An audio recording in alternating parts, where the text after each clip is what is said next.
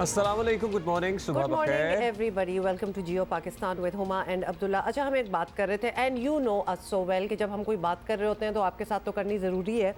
तो कभी कभार हम अपने बहुत फेमस हमारे जो अदाकार हैं, सेलिब्रिटीज़ हैं, हर दिल अजीज अदाकार, exactly, people look up to them. तो उनके हवाले से कुछ खबरें आती हैं तो हम परेशान हो जाते हैं, बिकॉज वी एक्सपेक्ट कि people in position of influence would at least try कि उनका एक अच्छा इमेज, एक अच्छा influence, because people are looking up to them. तो कोई इस किस्म की बातें होनी चाहिए, लेकिन आई गेस दे डोंट। मुझे लगता है इस पे भी एक केस स्टडी होनी चाहिए कि वो लोग जो इस किस्म के टॉक्सिक किरदार अदा करते हैं ऑन टेलीविजन, क्या वो किरदार उनकी अपनी ज़िंदगी में इतने असरअंदाज तो नहीं हो जाते कि वो एग्जैक्टली वैसा ही in real life and in real life हो जाते हैं। अब और आपको पता ही है कि टॉक्सिक किरदार कौन बहुत ज़्यादा अच्छे अदा करता है, फिरोज खान अदाकार हैं हमारे। वैसे बिल्कुल आई डिसएग्री विद दैट, क्योंकि अदाकारी जो एक्टिंग एक मुझे लगता है कि वो कभी भी जिंदगी में उस टॉक्सिसिटी से बाहर ही नहीं निकल। वैसे इधर तो मैं बिल्कुल ही डिसएग्री कर जाऊंगी, बिकॉज जिसको जो स्क्रिप्ट मिल रही है और इतनी चैलेंजिंग हो कि आपकी अपनी पर्सनैलिटी से टोटल ऑपोजिट, वो करना कमाल होता है। इसलिए let's not confuse the two. Real life is real life and acting is acting. आप बिल्कुल भी ये देख के टीवी पे किसी को नहीं कह सकते असल में भी यही होगा। That is wrong. उनकी साबिका अहलिया ने इल्जामात लगाए हैं और वही इल्जामात हैं जो बिल्कुल वो ऑन स्क्रीन किरदार अदा करते हैं ना, एक टॉक्सिक आदमी का, जिसमें उन्होंने इनफिडेलिटी का इल्ज़ाम लगाया, जिसमें उन्होंने मारपीट का, डोमेस्टिक वायलेंस का इल्ज़ाम लगाया और उन्होंने कहा है कि मैंने अपने बच्चों की खातिर ये फैसला लिया है, ऑल्दो अब केस अदालत में है। बट आई गेस कोई भी खातून जब ये फैसला करती है और जिसके दो छोटे छोटे बच्चे भी हों, और तो उस वक्त उसको सुना जाना चाहिए और उस वक्त उसको सपोर्ट की ज़रूरत होती है। और ये हो भी रहा है, because they did get divorced, you know. उन्होंने तो एक अदालत डेफिनेटली सुन रही है, केस ऑलरेडी अदालत में है, बच्चों की कस्टडी का मामला जो डिस्कस हो रहा है। एक आपको एक बॉटम लाइन, जिसको डिस्क्लेमर भी आप कह सकते हैं, हम ये दे दें, हम कभी इस किस्म की गुफ्तगू अपने शो पे, इस फोरम पे नहीं करते, लेकिन जब डोमेस्टिक वायलेंस का इल्ज़ाम बीच में आता है तो it goes with the ethics of our show and the things that we like to talk about, because awareness फैलाना हमारा काम है और किसी को डोमेस्टिक वायलेंस बर्दाश्त करने की कोई ज़रूरत नहीं है in this day and age. तो लिहाजा hence we are picking this up, वरना और कोई वजह नहीं है। मेरा ख्याल है कि वैसे डोमेस्टिक ठीक है, एक रिश्ता तो खत्म हो गया है, लेकिन अगर कोई डोमेस्टिक वायलेंस के चार्जेस पुश करे तो उसकी अलग सजा और उसका अलग केस बनना चाहिए, उसका अलग केस बनना चाहिए। और आप कोई फेमस कपल हो ना हो, आप कोई आम यू नो खातून और उसका शौहर हो, कोई भी केस हो, अदालत में जब बात जाती है तो ये इन इटसेल्फ एक और इस पे मुद्दा उठना चाहिए। Domestic violence definitely needs to be addressed. मुझे बड़ा दुख हुआ कि जब इन खातून ने जब अपना एक पूरा एक सोशल मीडिया पे उन्होंने लगाया एक छोटा सा नोट, बड़ा क्रिप्टिक उन्होंने एक लफ्ज़ों में बताया था कि एक डोमेस्टिक वायलेंस भी थी, मेंटल वायलेंस भी था इन द मैरिज।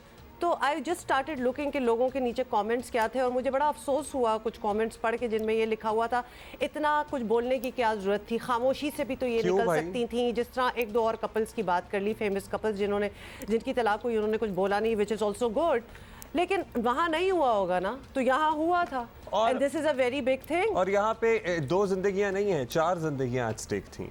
सो हम साथ ही फिरोज़ खान की भी स्टेटमेंट का जिक्र करते हैं, जिसमें उन्होंने किसी भी किस्म के किसी इल्ज़ाम का जवाब नहीं दिया। उन्होंने कहा जी केस अदालत में है और वो अपने बच्चों की वालदा के बारे में कुछ नहीं कहना चाहेंगे, which was also a dignified statement, तो लिहाजा but in any case indeed a dignified statement। लेकिन मेरा ख्याल है कि उनकी साबिका अहलिया की तरफ से जो कहा गया है उसमें भी कोई कुछ अनडिग्निफाइड मैनर में नहीं कुछ कहा गया, जो हकीकत थी मुबैना तौर पर वो बयान की गई है। अच्छा, now this was something we were discussing। अच्छा, वापस आ जाएं जी, ये हम बात कर रहे थे आपस में, और ऑफ कोर्स जब हम ये बात कर रहे होते हैं एज ए टीम तो आपके सामने भी हम रखते हैं, we would like to know how you feel. कोई आयमा बेग का भी कोई लंबा चौड़ा जवाब आया है वैसे, हाँ, लेकिन वहाँ वो सिचुएशन बस मुझे कुछ ना पहले कुछ समझ आया था उस मामले का ज्यादा, और अभी तो बिल्कुल ही समझ नहीं आया। हम याद दिला दें कि वी रियली डोंट डिस्कस इस तरह ऑन आवर शो, लेकिन जो बातें डिस्कस करने वाली है जरा उन पे आ जाएं, क्या ख्याल है? आज इमरान खान साहब ने पेश होना है, बिल्कुल आज उन पर फर्द जुर्म आयद की जा सकती है। सो लेट्स सी अदालत में क्या कार्रवाई होती है।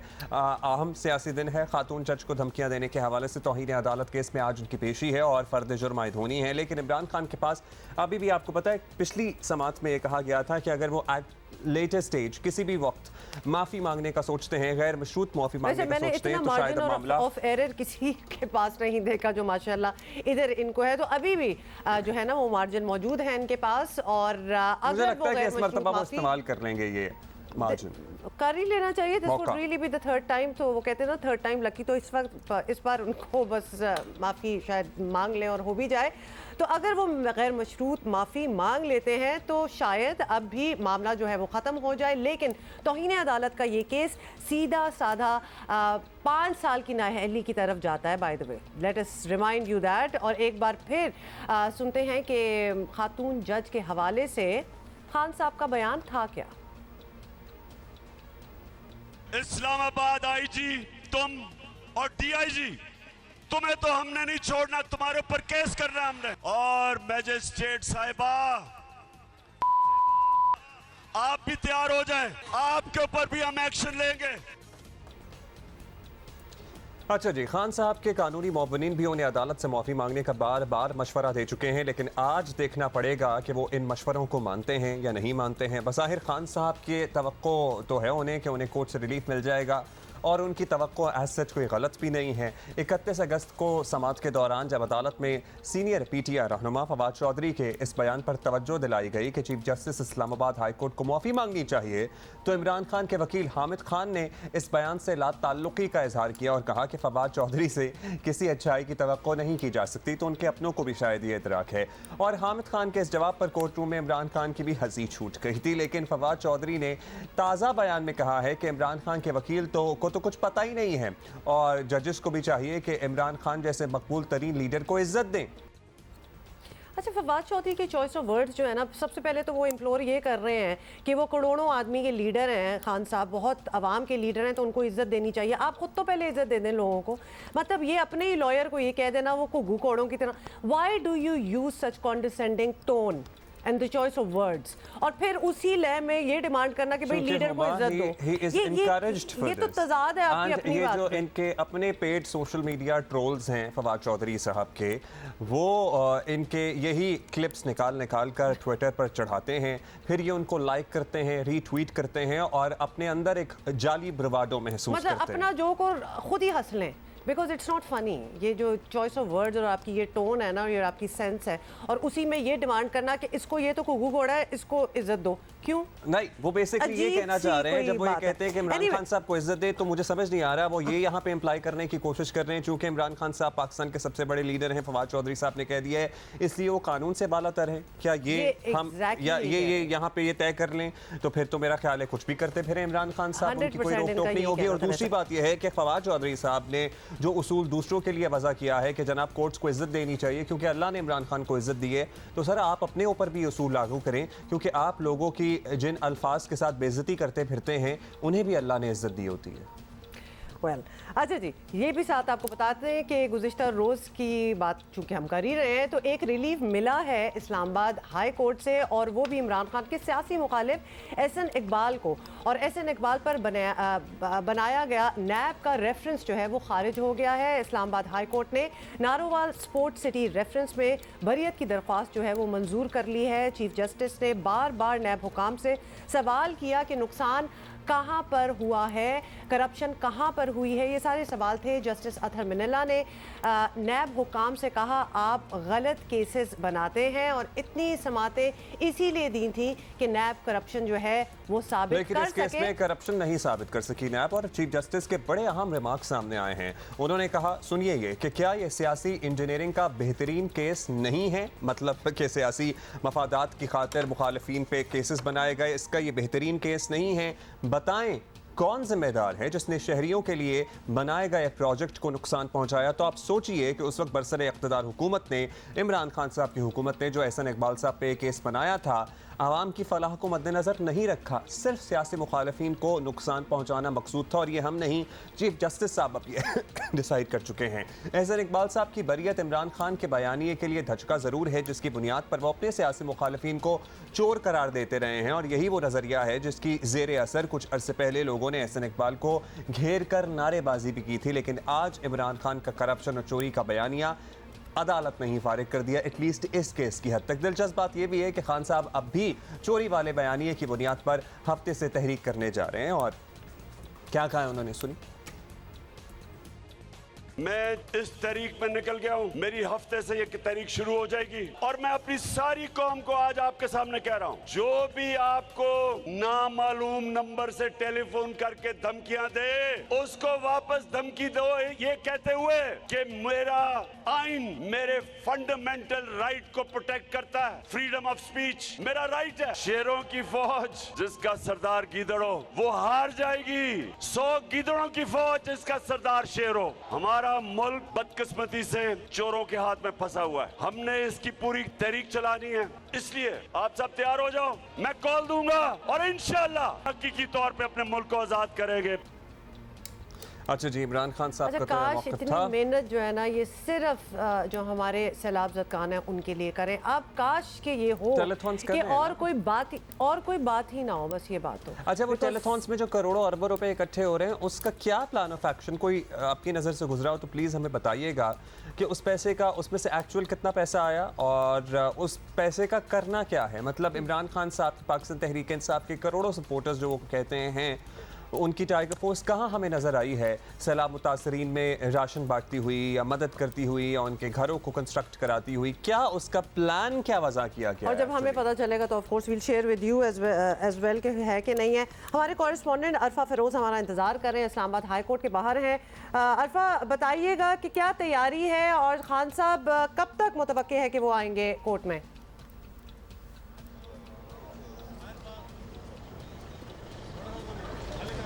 अल्फा, आवाज़ आ रही है? अच्छा, नहीं आ रही। वैसे आपको पता है 2-2:30 बजे एटलीस्ट उनकी आमद मुतवक्के है और खुसूसी इंतजाम किए गए हैं सिक्योरिटी के। सर्टनली लेट्स सी कि आज क्या मौक़िफ़ अपनाते हैं। और खुसूसी पासेस भी जारी किए गए हैं और उनके 15 लीगल टीम के अरकान हैं जिनको इजाज़त होगी अदालत में आने की। पता नहीं, बार बार जब मैं उनकी लीगल टीम का जिक्र करता हूँ ना तो मुझे फवाद चौधरी का हामिद खान साहब के हवाले से वो बयान याद आ जाता है जिसमें वो कहते हैं उन्हें तो कुछ पता ही नहीं है। तो भाई मतलब आपके लीडर ने, आपके पार्टी चेयरमैन ने उन्हें वकील मुकर्रर किया हुआ है इस अहम तरीन केस में जिसमें उनकी नाअहली भी हो सकती है। अरफा, आपको आवाज़ आ रही है? जी बिल्कुल, आवाज़ आ रही है। अस्सलाम वालेकुम जी अरफा, आज के हवाले से अपडेट दीजिए, क्या देख रहे हैं इर्द-गिर्द और क्या तैयारियां हैं? देखें, आज बहुत ही अहम दिन है इस्लामाबाद हाई कोर्ट में, क्योंकि जो चेयरमैन पीटीआई इमरान खान ने खातून मजिस्ट्रेट ज़ेबा चौधरी को एक जलसे में धमकियां दी थी और उस तरह के जो है वो अल्फाज अदा किए थे, तो उसी वाले से तौहीन अदालत जो है वो कार्रवाई यहाँ इस्लामाबाद हाई कोर्ट में 8 सितंबर को की गई थी। 5 रुकनी लार्जर बेंच जिसकी जो सरबराही थी वो चीफ जस्टिस अतमिन अल्लाह ने की थी, उस हवाले से जो है वो आज फ़र्द जुर्म आयद करने का जो है वो फ़ैसला सुनाया गया था और आज 2:30 बजे उसकी जो है वो फैसला सुनाया जाएगा। गुज़श्ता समात में जो पीटीआई के जो इमरान खान के वकील थे हामिद खान, वो अदालत के सामने पेश हुए थे। उन्होंने कहा था कि हम मामले को जो है वो रफ़ा दफ़ा जो है वो करना चाहते हैं और ये भी साथ में कहा था कि अगर इस्लामाबाद हाई कोर्ट को या खातून जज को अगर इससे ठेस पहुँची है तो उस पर हम शर्मिंदा हैं। रिग्रेट का वर्ड उन्होंने यूज़ किया था। उन्होंने अनकंडीशनल अपॉलजी जो है वो नहीं की थी, गैर मशरूत माफ़ी उन्होंने अब तक नहीं मांगी। 2 बार उन्हें जो है वो जो सवाल दिए थे उसका जवाब जमा कराने की जो उन्हें मौका दिया गया था, दोनों बार उन्हें कराया, लेकिन अनकंडीशनल अपॉलजी जो है वो इमरान खान ने अब तक जो वो नहीं मांगी। चीफ जस्टिस अतमिन अल्लाह ने जो है वो कुछ अहम रिमार्क्स उसमें दिए थे। उन्होंने कहा था कि ये संजीदा नौयत का केस है और हसास नौयत का ये जो है वो केस है। मतलब उन्होंने ये भी एक जिक्र किया था कि आप एक बड़े लीडर हैं जिसमें आपकी जो है वो फॉलोइंग बहुत ज़्यादा है, तो अगर आपके जिस तरह आप इश्तियाल जिस तरह फैला रहे हैं, तो अगर खातून जज को कोई अगर नुकसान पहुंचा दे इससे आपका कोई फॉलोअर, तो उसका जिम्मेदार जो है वो कौन होगा। तो इस हवाले से आज 2:30 बजे आम समात है, कोई इनकी स्ट्रैटेजी मुमकिन तौर पर डिस्कस हो रही है, कोई खबर बाहर तक पहुंची है आपके सर्टनली जो हल्के हैं रिपोर्टिंग के और पर्टिकुलरली कोर्ट रिपोर्टिंग के, कुछ है सुनगुन के आज क्या किया जाएगा इमरान खान और उनकी टीम की तरफ से? क्या गैर मशरूत मुआफ़ी मांगी जा रही है या नहीं मांगी जा रही, क्या है इत्तलात? देखिए मौका तो है उनके पास, लेकिन 2 बार चूँकि उन्हें अदालत ने कहा था कि आप जवाब जमा कराएं, लेकिन उसमें उन्होंने अनकंडीशनल अपॉलॉजी नहीं मांगी, उन्होंने रिग्रेट का वर्ड इस्तेमाल किया था कि मुझे अफसोस है। लेकिन अभी भी उनके पास जो मौका है, अभी तक कोई खबर इस तरह की आई नहीं है सामने कि इमरान खान जो है वो अनकंडीशनल अपॉलॉजी मांगेंगे। लेकिन ये है कि आज इमरान खान जो है वो अदालत के सामने जो पेश होंगे, फ़र्द जुर्म जो वो आयद किया जाएगा। PTI के जो रहनुमा है उनका भी जो यहाँ लिस्ट है इस्लामाबाद हाई कोर्ट में, उसमें भी उनका नाम जो है वो शामिल है। तो 2:30 बजे देखना होगा जो सर्कुलर जारी किया गया इस्लामाबाद हाई कोर्ट की जानिब से, उसमें सिर्फ मुतलका लोगों को अलाउ है कि वो इस्लामाबाद हाई कोर्ट में आज जो है वो दाखिल हो सकेंगे और जो समाज है उसकी सुन सकेंगे। इस्लामाबाद हाई कोर्ट के बाहर जो सिक्योरिटी के जो सख्त इंतजाम हैं, खारदार तारे जो है यहाँ लगा दी गई हैं। इस्लामाबाद पुलिस की काफ़ी भारी नफरी यहाँ तैनात, और सिर्फ मुतलका अफराद इवन के सिर्फ 15 कोर्ट रिपोर्टर्स को आज ये समात सुनने की जो है वो इजाज़त दी गई है। जी बहुत शुक्रिया आपका Arfa, thank you for keeping us updated. और सर्टनली सिक्योरिटी के तो सख्त इंतजाम हैं और 2:30 बजे ऑलमोस्ट इस केस की समाअत शुरू होगी। लेट्स सी आज इमरान खान साहब पे फ़र्द जुर्म आयद होती है या उन्हें अदालत ने चूँकि मौका दिया है वो गैर मशरूत माफ़ी मांगते हैं और इस केस से अपनी जान छुड़ा लेते हैं। मतलब लेट्स सी क्या होगा। वैसे अगर माफी मांग ली उन्होंने तो क्या कोई फर्द जुर्म नहीं होगा, मतलब ये that is yet to be seen as well, that is yet to be seen as well कि अदालत वो गैर मशरूत माफी कबूल करती है एट द स्टेज या नहीं करती बिकॉज मौके तो उनको काफ़ी दिए गए हैं। एनीवे ये तो हमें पता चल ही जाएगा एंड ऑफ कोर्स इस पे हम ज़रा लीगल एक्सपर्ट से भी सवाल करेंगे, क्योंकि ये भी बड़ा सवाल बनता है कि अगर माफ़ी मांग लेते हैं तो फ़र्द जुर्म फिर बनता है कि नहीं बनता। इन द मीन टाइम एक मूवी जिसके बड़े चर्चे हैं और हम तो इंतज़ार कर ही रहे हैं, the legend of Maula Jatt. हम इंतज़ार कर रहे हैं लेकिन people across the border perhaps are also excited about it, क्योंकि अब जी इसकी पोस्टर्स नए निकल रहे हैं और आपको पता है कि कल हमने हमजा अब्बासी का भी आपको दिखाया था, जो मेन कैरेक्टर्स हैं उनके फेसेस के साथ अब माहिरा खान के साथ उनके कैरेक्टर के साथ हाँ, और बड़ा उनकी एक मीनिंगफुल किस्म की एक लुक हुई है, लाइक शी मीन्स बिजनेस। और ये पोस्टर जो है ये अक्रॉस द बॉर्डर बॉलीवुड के बिग स्टार ऋतिक रोशन ने भी बहुत पसंद किया है। उन्होंने कहा लव इट, तो ये लव इट हो गया है। और आपको एक दफ़ा फिर याद दिला दे कि मूवी जो है वो आ रही है 13th of October को, of course 13th of October को आ रही है। और a lot of people are waiting for this and have been waiting for this for a very long time.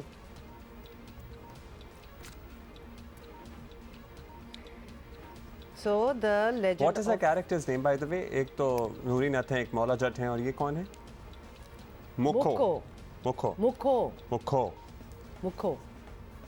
तो हम इसके बारे में मजीद इन्वेस्टिगेट करेंगे और आपको पता है आपने हमें अभी से लिखना शुरू कर दिया ट्विटर पे और इंस्टाग्राम के, भाई आप इसकी कास्ट से कब हमारी मुलाकात करा रहे हैं, तो इंशाल्लाह तो वो भी करा देंगे भाई, आप लोगों ने कह दिया तो वो हो जाएगा इंशाल्लाह। अच्छा, अभी हम सैलाब ज़दा इलाकों की सूरत हाल और एट टाइम्स आपको लगता होगा कि भाई क्या रोज़ ही एक बात करते हैं, लेकिन आप यकीन मानिए कि मेरा बस चले ना तो मैं 2 घंटे मुसलसल यही बातें करता रहूँ, क्योंकि जो कहानियाँ किस्से हकीकत ज़िंदगी की हम तक पहुँचती है रोज़ाना की बुनियाद पर, लिटरली वो आपके ज़मीर को झंझोड़ने के लिए, आपको ये रियलाइजेशन कराने के लिए काफ़ी है कि बहुत बड़ी आफत, बहुत बड़ी तबाही और खुदा कभी किसी को इस आजमाइश में ना डाले। इसलिए जो हमारे बहन भाई, हमारे हमवतन इस आजमाइश में हैं, हमें उनकी बात भी करती रहनी है और उनकी मदद भी करते रहना। और जस्ट बिकॉज बारिशें नहीं हो रही तो इसका मतलब ये नहीं है कि अब वो ठीक हो गए होंगे। सैलाब ज़दा इलाकों में आपको बताएं कि सूरत हाल जो है वो ख़राब से ख़राब तर हो रही है और मुल्क के बड़े इलाकों से अब तक पानी नहीं निकाला जा सका, जिसका मतलब आपको पता ही है कि क्या होता है। उसके बाद मज़ीद और चीज़ें आती हैं, जैसे कि सारे मेडिकल इश्यूज़ जिनका हम जिक्र रोज़ करते रहते हैं। मुतासरीन के लिए हर गुज़रता दिन जो है वो नई मुश्किल ला रहा है। रिहाइश और खाने पीने के मसाइल के साथ वबाई अमराज सैलाब ज़दगान के लिए मसला बन गए। मसला क्या, it's a matter of life and death now. आलमी इदारा सेहत पहले ही वार्निंग दे चुका है कि मुतासरा इलाकों में फैलने वाली बीमारियां बड़ी आफत साबित होंगी और मुतासरीन सैलाब को ये भी शिकायत हैं कि इमदाद में कोई तसलसल नहीं, इसलिए कई लोगों तक इमदादी सामान जो है वो भी नहीं पहुंच पा रहा। कभी बहुत ज़्यादा पहुंच जाता है, कभी बहुत अरसे तक कुछ आता ही नहीं है, कुछ जगहों पे तो पहुंच ही नहीं रहा। तो सैलाब की तबाहकारियों का मामला जो है वो अक़वाम मुत्तहिदा के इजलास में भी सर फहरिस्त है और अमरीकी सदर जो बाइडन ने भी पाकिस्तान की मदद की अपील कर दी है। अमरीकी सदर जो बाइडन का कहना है कि पाकिस्तान का बड़ा हिस्सा सैलाब के बायस ज़ेर आब है, विच इज़ ट्रू, और पाकिस्तान को इस वक्त दुनिया की मदद की ज़रूरत है।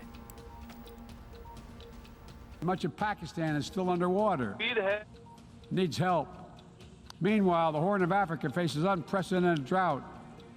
Families are facing impossible choices, choosing which child to feed and wondering whether they'll survive. This is the human cost of climate change, and it's growing, not lessening. देखिए, अमेरिकी सदर की तरफ से बात आना बड़ी अहम है, क्योंकि सर्टनली हम नहीं समझते थे कि दुनिया वो अटेंशन दे रही है हमारे डिज़ास्टर को जितनी देनी चाहिए, लेकिन अब ऐसा लग रहा है कि वज़ीर आज़म के जो बैरूनी दौरे हैं और उन्होंने बहुत सारे सरबराहान मुमलिकत से मुलाकात की और लिटरली जब वो यहाँ थे तो रोज़ाना की बुनियाद पर सैलाब मुतासर इलाकों का दौरा करते थे। सो अब बाज़ just for the sake of criticism लोग कह रहे हैं वो बाहर इसलिए हैं क्योंकि दुनिया के वर्ल्ड लीडर्स की अटेंशन अब लिटरली पाकिस्तान में डेवस्टेशन पे आ रही है और अमेरिकी सदर का ये इदराक कि पाकिस्तान को अब मदद की ज़रूरत है और पूरी दुनिया को आगे आना चाहिए। मतलब कुछ ऐसे टॉपिक्स हैं जिस पे बात होनी चाहिए। पाकिस्तान में तो एक आफत आई हुई है, उसके लिए भी और बाकी भी जो मुल्क दुनिया के हैं जो डेट्स के कर्ज़ों के अंदर तले दबे हुए हैं, तो उसके लिए भी इसी वजह से बात होना शुरू हो गई है, which is a very big thing. इसकी ज़रूरत भी थी। इसके अलावा आपको बता दें कि वर्ल्ड बैंक ने सैलाब की तबाहकारियों से निपटने के लिए $772 मिलियन की इमदाद पर $372 मिलियन की इमदाद फराहम कर दी है। फ्रांस भी एक डोनर कॉन्फ्रेंस की मेज़बानी पर आमादगी जाहिर कर चुका है। आलमी बिरादरी भी अच्छी तरह वाकिफ़ है कि पाकिस्तान में सैलाब से बड़े पैमाने पर तबाही हुई है और इसमें जो लेटेस्ट डिप्लोमेटिक मुलाकातें हैं वज़ीर आज़म की और फॉरेन मिनिस्टर और उनके डेलीगेशन की बड़ा अहम किरदार अदा कर रही हैं इस सारे में। अच्छा जी, साथ ही आपको बताएं कि अक़वाम मुत्तहिदा की ख़ुसूसी सफ़ीर हॉलीवुड की मेगा स्टार एंजेलिना जोली का कहना है कि पाकिस्तान में सैलाब से जो तबाही हुई है दुनिया को इसका अंदाज़ा ही नहीं है। National flood response coordination centre के दौरे के मौके पर कहा कि उन्होंने ऐसी तबाही अपनी ज़िंदगी में कहीं नहीं देखी। आने वाले हफ्तों में भरपूर मदद ना पहुंची तो बचने वाले भी नहीं बचेंगे, ये उनका कहना था एंजेलिना जोली का। आलमी बरादरी से पाकिस्तानी सैलाब मुतासरीन के लिए डू मोर का मुतालबा किया। एग्जैक्टली उन्होंने क्या कहा है, सुनिए। I've never seen anything like this. Truly, every effort is either a life or death for so many people. Every current effort, and I've seen the Army, I've been with the Army and with my colleagues at IRC. I've seen those lives who were saved, but I've also seen those who I've been speaking to people and thinking if enough aid doesn't come, they won't be here in the next few weeks. They won't make it. Too many children so malnourished. Now we're in a situation like this where it is, the needs are so great. I am absolutely with you in pushing the international community to do more. I think this is a real wake-up call to the world about where we are at. The climate change is not only real and it's not only coming, it's very much here. मतलब किसी का ये आके कहना कि अब जो बच गए हैं जो हैं वो भी शायद कुछ हफ्ते और मजीद ना बच सके, और मौत की कश्मकश में मुब्तला, मतलब एक वो दिल हिल जाता है। किसी ने जिसने दुनिया फिरी हो, मतलब ये तो एक ह्यूमैनिटेरियन एम्बेसडर हैं, इन्होंने दुनिया की हर तबाही पे ये वहाँ पहुँचती हैं और ऑब्वियसली एक अटेंशन ड्रॉ करती हैं। उसके लिए इनका ये कहना है कि मैंने ऐसी चीज़ कभी नहीं देखी। और पता है एंजेलिना जोली की जो तस्वीरें भी आ रही थी ना जब वो सैलाब मुतासरीन से मुलाकात कर रही थी, उनकी जो एम्पैथी, जो उनके दिल में हमदर्दी है ना, वो उनके चेहरे पर नजर आती है। हाँ, और ये काफी अरसे से ये एक्चुअली यही काम कर रही हैं। दादू का भी उन्होंने, और आपके दिल का हाल जो है ना वो आपके चेहरे पर आ जाता है। जब वो आई हैं तो सीधा सबसे पहले दादू गई थी और दादू का भी उन्होंने एक पहले जायजा जो है वो लिया था। उसी से उनको बड़ी अच्छी तरह समझ आ गई थी कि यहाँ लेवल ऑफ डिस्ट्रक्शन क्या है। हमारे कॉरेस्पॉन्डेंट हमें ज्वाइन कर रहे हैं दादू से ही, रियाज निरेजो। उनसे हम अपडेट लेना चाहते हैं कि आजकल क्या हालात हैं, वेयर डू वी स्टैंड। जी रियाज नारीजो। जी, ज़िले दादू महर में जो हिफाजती पुश्ते हैं जिसमें फ्लड प्रोटेक्टर बंद, स्प्रे बंद और सिम नाले के जो हिफाजती पुश्ते, वहाँ पे एक बड़ी तादाद, एक मोहताद अंदाजे के मुताबिक 5 लाख से ज़्यादा मुतासर मौजूद है। सबसे ज़्यादा जो मसाइल हैं, सबसे ज़्यादा जो इंतहाई ख़तरनाक सूरत हाल है वो इन्हीं हिफाजती बंदों पर बैठे मुतासरीन के साथ पेश आ रही है। अभी तक जो हमें महकमा ज़राए से तस्दीक हुई है, उनकी मुतासरीन की जो बीमारी फैली है यहाँ पे गैस्ट्रो और मलेरिया के साथ दीगर जो पेट के अमराज हैं और जो सीने के मसाइल हैं उस हवाले से तकरीबन जो मुतासिरीन की तादाद है वो तकरीबन 7,000 से ऊपर जा चुकी है। इसके साथ जो हलाकतें हुई हैं वो भी तकरीबन 20 तक पहुँच चुकी हैं, जिसमें बेशतर बच्चे ही शामिल हैं। अभी यहाँ पे सूरत ये है कि जिन जिन जगहों पे ये हिफाजती पुश्ते बैठे हुए हैं वहाँ पे बदकिस्मती से मुतासिरीन ने ये बताया है कि उनके पास जो है मौके की टीमें नहीं पहुँच रही हैं। ताहम कुछ गैर सरकारी तंजीमें हैं जिनकी रेस्क्यू, जिनका रिलीफ और जिनका मेडिकल कैंप्स और मोबाइल मेडिकल टीमें इनके पास पहुंच रही हैं। ताहम ये जो तादाद है वो बहुत ज़्यादा है, इसलिए हंगामी बुनियादों पर मुतासिरीन ने यह मुतालबा किया है कि इस जो तिब्बी हवाले से जो इक़दाम हैं उनको जंगी बुनियादों पर, हंगामी बुनियादों पर तेज़ किया जाए, ताकि जो अमवात का सिलसिला है, जो बीमारी दिन ब दिन बढ़ती जा रही है, उसको रोका जा सके। जी सो ये तादादों की सूरत हाल है। हम कुछ और इलाकों का भी तस्करा करेंगे और कुछ दीगर मामलात हैं जो हमने आपसे डिस्कस करने हैं। पर्टिकुलरली बच्चों को कौन सी खुराक मुहैया की जाए जिससे उनकी न्यूट्रिशनल डिमांड जो है वो मुकम्मल हो सके, पूरी हो सके। बच्चे खाने में बहुत तंग करते हैं, इस पर भी बात करेंगे। और आपको हमने बताया था कि हम बच्चों की न्यूट्रिशन के हवाले से,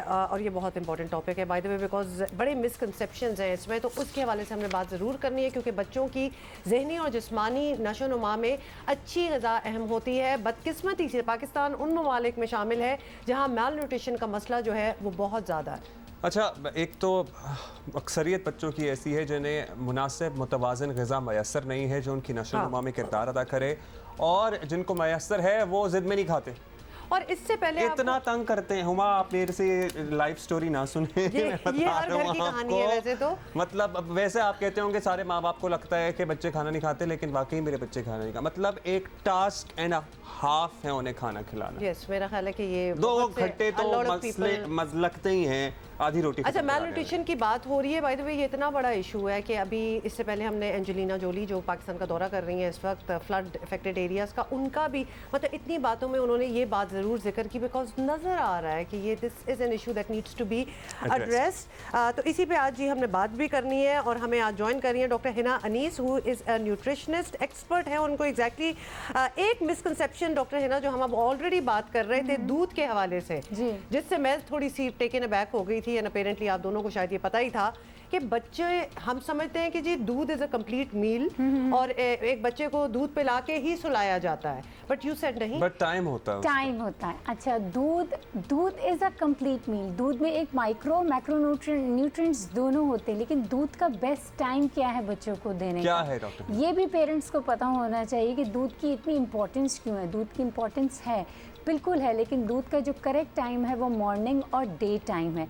उस वक्त जब बच्चों ने अपना मॉर्निंग टाइम स्टार्ट किया, breakfast is the best time पे बच्चों को दूध दें। ब्रेकफास्ट में बच्चों के साथ दूध में और फ्लेवर्स मिला के दें, फ्रूट्स मिला के दें, नट्स मिला के दें, उसको पॉरेज दें। दूध में अल्लाह ताला ने ही कैल्शियम और प्रोटीन को इतना बैलेंस डाला हुआ है कि वो ना सिर्फ दूध में ऑलरेडी कैल्शियम प्रोटीन होता है, B12 होता है, उनकी माइंडफुल एक्टिविटीज़ में उन्हें बहुत हेल्प कर रहा होता है। बच्चे स्कूल से जाने से पहले दूध पी रहे हैं, वो उनके लिए बेनिफिशियल है, गुड एनर्जी। बच्चों को मील टाइम, जो ब्रेक टाइम होता है स्कूल का, उसमें ज़रूर मिल्क दें। तो उसमें कैसे मिल्क दें? बच्चा फीडर तो लेके जा नहीं सकता। हाँ, तो ये कैसे हो? वहाँ कैसे मिलते हैं? बहुत अच्छा सवाल है, मेरे पास बहुत अच्छा आता है ये।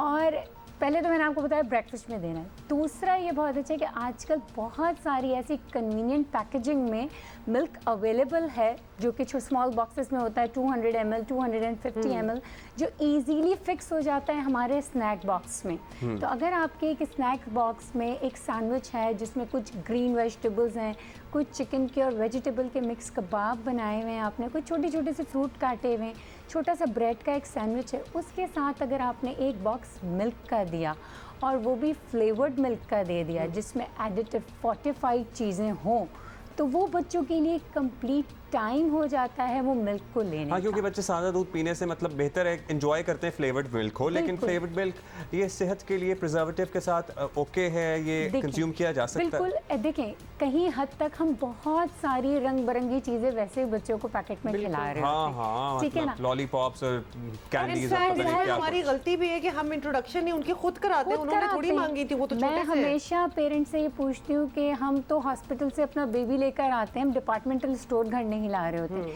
हमने उनकी गुड ईटिंग हैबिट्स डालनी है, हमें उनको अच्छी प्रोडक्ट इंट्रोड्यूस करवानी है। It's being a parent our duty, और being a doctor it's my duty to educate parents, right, कि which is the right nutrient for your child. तो क्या ऑप्शंस हो सकती हैं बच्चों को देने के लिए? देखें, सबसे पहली ऑप्शन है milk. In any form milk is the best option. In day time आप बच्चों को दें, स्पेशली इन स्नैक टाइम आपने दे दिया, ब्रेकफास्ट टाइम पे दे दिया। मिल्क में इतने न्यूट्रिएंट्स हैं कि जब माल नरिशमेंट की बात आती है कि अगर हम एक ग्लास मिल्क का बच्चों को हर मील के साथ दें, शाम से पहले पहले, रात से पहले पहले उन्हें देते रहें, 2 से 3 दफ़ा दिन में दें, तो उनके दिन की डाइटरी अलाउंस के हिसाब से जो भी कैल्शियम है, प्रोटीन है, विटामिन B12 है, वो तो पूरा हो जाता है।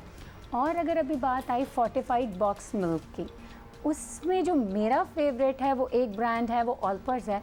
और वो क्यों है? क्योंकि उसमें एक तो कैल्शियम मिल्क में नेचुरली मौजूद है, और उसके साथ साथ वो कैल्शियम उन्होंने और फोर्टिफाइड भी डाला हुआ है। तो अगर बच्चे ने इजाफी कैल्शियम के बच्चे ने अगर एक बॉक्स पी लिया तो उसमें 2 सर्विंग के हिसाब से उसे कैल्शियम एट अ टाइम मिल गया, उसे एडिटिव विटामिन ए और विटामिन डी भी मिल गए, जो कि वैसे बच्चों को हम सप्लीमेंट्स के तौर पे दे रहे होते हैं। अच्छा, अब डॉक्टर है ना, अब तो आदत डल गई, समझें कि बहुत से बच्चे हैं जो कि शायद फ्लेवर्ड मिल्क या प्लेन मिल्क भी पिएंगे तो सोएंगे, और खाने के ऑल्टरनेटिव में रात के वक्त खाना नहीं खा रहे जी, माओ ने भी कहा दूध पिला दो और सुला दो, उसके क्या नुकसान भी है? देखें, अगर बच्चा लेट के नींद में दूध पी रहा है और बच्चा बड़ा हो चुका है, खाने की हैबिट पर आ चुका है, 2-3+ हो गया बिल्कुल, तो आप उसको फीडर में कोई भी प्रोडक्ट दे रहे हैं, चाहे वो मिल्क हो, जूस हो, फ्रूट जूसेस हो, एनीथिंग दे रहे हैं, वो उसके दांतों को ख़राब करेगी, उसको कैविटी देगी, उसको एसिड रिफ्लक्स देगी। तो बीइंग अ पेरेंट ये हमारी ड्यूटी है कि उनको बिठा के खिलाएं पिलाएं, मग से, ग्लास से स्ट्रॉ की आदत डालें, ताकि वो डाइजेस्ट हो जाए। डाइजेस्ट होने के बाद वो गार्गल करें, ब्रश करें, एक हेल्दी रूटीन, एक हेल्दी रिजीम अपने बच्चों को before bed time, after bed time, morning time, evening time, snack time, मतलब इसमें पेरेंट्स का बड़ी जान लग रही है। ये सारी हम लोग ये चीजें समझते थे ना भाई, वो फ्लेवर्ड मिल्क ना दें, दिन के औकात में देने की बात कर रहा हूँ, ये नुकसान देगा, लेकिन ये मिसकंसेप्शन है। बिल्कुल, देखें, फ्लेवर्ड मिल्क अगर हम दिन के औकात में दे रहे हैं तो बच्चे स्कूल में और भी बहुत सारे जंक आइटम खा रहे हैं, तो उन जंक आइटम में अगर हम सिलेक्शन करने जाएं बीइंग अ पेरेंट, तो हर माँ हर बाप ये कहेगा कि चलो एटलीस्ट दूध तो पी लो, और वो दूध अगर थोड़ा सा फ्लेवर्ड है, क्योंकि बच्चे अक्सर इग्नोर कर रहे होते हैं कि प्लेन वाला नहीं पीना। अब घर से प्लेन मिल्क, आपकी वही बात है, फीडर में या किसी बॉटल में तो डाल के देंगे नहीं, ख़राब हो जाएगा। तो there is a convenient packaging कि अगर हम उनको देखें कि उनकी न्यूट्रिटिव वैल्यू देखें तो वो बहुत अच्छी है। शुगर तो बच्चे एनी फॉर्म में ले रहे हैं, हमारे बच्चे कैंडीज़ भी ले रहे हैं, लॉलीपॉप्स भी ले रहे हैं, चॉकलेट्स भी ले रहे हैं, कुकीज़ भी ले रहे हैं, बिस्किट्स भी ले रहे हैं, और बहुत सारा जंग ले रहे हैं। अच्छा, मुझे एक बात बताएं, हाँ, बच्चे जो खाना नहीं खाते, मतलब हमें कभी कभी हैरानी भी होती है कि भाई हम एक टाइम खाना ना खाएं तो हम गिरने वाले हो जाते हैं। बच्चे कैसे उसी एनर्जी से घूम रहे होते हैं और खाना भी नहीं खाते? देखिए, बच्चों के अंदर वैसे तो अल्लाह ताला ने कुदरती तौर पे हमसे ज़्यादा एनर्जी रखी है, और जो बच्चों का जो एनर्जी का कनेक्शन है ना, वो उनके माइंड से है। और अगर बच्चे बहुत ज़्यादा, कहते हैं ना कि शुगरी फूड कहीं ना कहीं से कंज्यूम कर रहे हैं, आप ये लेट सपोज आपका बच्चा अगर खाना नहीं खा रहा तो वो मे भी कोई और चीज़ कंज्यूम कर रहा होगा, वो piece of a biscuit, cookie, cake, anything, वो कुछ ना कुछ ले रहा होगा, उससे उसने इंस्टेंट एनर्जी ग्रैब की। बट क्या वो एनर्जी अच्छी है? तो फिर हम उसको रिप्लेस कर सकते हैं किसी ऐसी चीज़ से कि जिसमें ठीक है थोड़ी सी शुगर, थोड़ा सा फ्लेवर मौजूद है, लेकिन वो गुड एनर्जी है और राइट टाइम है बच्चों को एनर्जी देने। थैंक यू, आपने कुछ अच्छे ज़बरदस्त हमें आइडियाज़ दिए और एक बेहतर, आपने अपनी फेवरेट चॉइस तो हमें बता दी। बहुत शुक्रिया डॉक्टर हिना। और मिसकंसेप्शन ये जो है ये बड़ी क्लियर हुई है कि वो लिटरली आप सुबह और दोपहर तक ही दूध को रखें, और उसके बाद शाम को रात को देने की ज़रूरत नहीं है। Number 1, number 2, it is a snack, it's not a meal. जिस तरह एक जल्दी में माएँ जो हैं, बट उसमें बहुत ज़्यादा न्यूट्रिशन है, बहुत ज़्यादा, बहुत है, लेकिन है कि आप दे सकते हैं, और बहुत बेहतरीन चीज़ है मिल्क। सर्टनली। देखिए, इसकी अफादियत से तो कोई इनकार नहीं कर सकता। बहुत शुक्रिया आपका doctor Hina, so much for being here. अभी हमने आगे बढ़ना है, और क्यों ना क्रिकेट की बात हो जाए, बिकॉज आपको पता है कि आज हमारा दूसरा मैच है। हाँ बिल्कुल। मेरी बात सुनिए, टिकटों का क्या सीन है? टिकटें नहीं मिल रही हैं। A lot of my friends, और पता है ना, वैसे बाय द वे ये अच्छी बातों में बात आती है। हमारे दोस्त हमसे राब्ता करते हैं, हमारे पास कोई चारा नहीं होता। हमें कौन पूछ, हम तो वो जो वैसे ही नहीं महंगी जा वाली टिकटें थी अपेरेंटली वो सारी बिक गई हैं। चले अच्छा ये हाउसफुल हो गया है। लेट्स सी कि वो लोगों को ज़रा मुश्किल ना हो इस दफ़ा एंट्री में। ये टिकटों की बात हमारे पास है ही नहीं देने को, तो please don't ask. But anyway जी, बहुत प्रैक्टिस होगी। तो कल किस तरह दिन गुजारा क्रिकेटर्स ने, ये हमने आपको जरूर दिखाना है। और उन्होंने बड़ा एंजॉय किया भाई, उन्होंने एंजॉय किया। They are having fun. अम्मी जो है बड़े कीड़े निकाल रहे होते हैं, तो उन्होंने क्या किया, ये हमारे कप्तान बाबर आजम मोहम्मद हारिस मोहम्मद हसनैन ने टेनिस खेली और हारिस रऊफ बने चेयर अंपायर। सो ये सारा कुछ होता रहा वहाँ पे और टेनिस से दिल भर गया, तो उन्होंने वर्चुअल गोल्फ में अपनी सलाहियतों को जांचा। सो इंग्लिश खिलाड़ी भी आपको पता है वर्चुअल गोल्फ खेलते रहे और वो इससे लुत्फानंदोज़ हुए। और फिर पूल और टेबल टेनिस, मतलब अच्छा फिर टेबल क्रिकेट के अलावा सारे मतलब कोई स्पोर्ट नहीं थी जो छोड़ा हो एक्सेप्ट फॉर क्रिकेट इटसेल्फ, तो वो ही नहीं खेली। आपको मेरा गाना गाने से इतना एतराज़ क्यों? मुझे गानों से बिल्कुल कोई एतराज़ नहीं है, आपके गाने से। और ख़ासतौर पे जो गाना मुझे पसंद हो तो वो तो मैं अब्दुल्ला का हाथ जोड़ती हूँ कि प्लीज़ तुम ना गाई हो, क्योंकि उसमें ना कुछ बहुत ही कुछ दर्द आ जाता है और कुछ। एनीवे ये हो रहा था ब्रेक में हमारे साथ while we speak about cricket, जो कि आज होगा दूसरा मैच ऑफ द 7 T20। अच्छा मेरी बात सुने, मतलब मैंने देखा हमारे दोस्त कुछ इतने दिन पर क्या हो गया है यार, 7 मैचों की सीरीज है, एक हार भी गए तो it's not a big deal. बल्कि खुदा ना खास्ता अगर 2 ही कर ले या 3 भी कर ले तो it's not a big deal. And as it is it's a game at the end of the day. तो दूसरा भी आपको गेम जिताने नहीं आया, वो खुद जीतने आया है। उसमें भी खेलना है कि नहीं खेलना, इजी हो जाए जरा, मतलब इतना कुछ जज्बाती होने की जरूरत नहीं है। अच्छा बाय द वे जो क्रिकेट लवर्स होते हैं ना, उनको ये इजी हो जाए ये पसंद नहीं है। बस ठीक है ना, अभी हमने बड़ा स्ट्रेसफुल एशिया कप वाला वो टाइम गुजारा है। अभी तो इस सीरीज को इजीली, क्योंकि आगे तो स्ट्रेस आ ही रहा है वर्ल्ड कप की सूरत में। और इस वक्त तो हम घर में बैठे हुए हैं ना, तो मतलब और बिसाइड्स लड़कों ने तो कल बड़ा एंजॉय किया, तो आप क्यों स्ट्रेस ले रहे हैं? और हमारे प्लेयर्स भी आपको पता है ना चिल हैं, वो गोल्फ खेल रहे हैं, वो स्नूकर खेल रहे हैं, वो टेबल टेनिस चल रही है, मतलब वो तो बड़ा एंजॉय में है दोनों मिलके सारी टीमें। तो जी इंग्लैंड और पाकिस्तान के दरमियान दूसरा T20 जैसे कि हमने आपको बताया आज खेला जाएगा और इंग्लिश साइड के खिलाफ सीरीज से पहले जो अंदाजे लगाए थे वो पहले मैच में गलत साबित हुए, तो लिहाजा everything needs to be revisited now. और इंग्लैंड ने हर शोबे में परफॉर्मेंस दी है बेहतरीन। दूसरी तरफ पाकिस्तानी मिडिल ऑर्डर की नाकामी फिर जुबान ज़द-ए-आम है, जबकि पहले T20 में कौमी टीम की हिकमत अमली पर भी क्वेश्चंस तो उठ रहे हैं। और इसका जवाब किसने दिया है? मोहम्मद रिजवान, हमारे हर दिल अजीज मोहम्मद रिजवान ने क्या कहा है, सुने जरा। थोड़ी सी चेंजेस किए जा रहे हैं और देखा जा रहा है कि कहाँ कम्बिनेशन हमारी फिट हो सकती है, तो उस चीज़ को देखा जा रहा है। अगर इनमें से मिस्टेक तो लाजमी बातें होनी है, क्योंकि हमारी कम्बिनेशन जो पहले से थी और जो हम सोच रहे हैं या जो देख रहे हैं, देखने के प्रोसेस में हमेशा से बहुत से मिस्टेक होती रहेगी।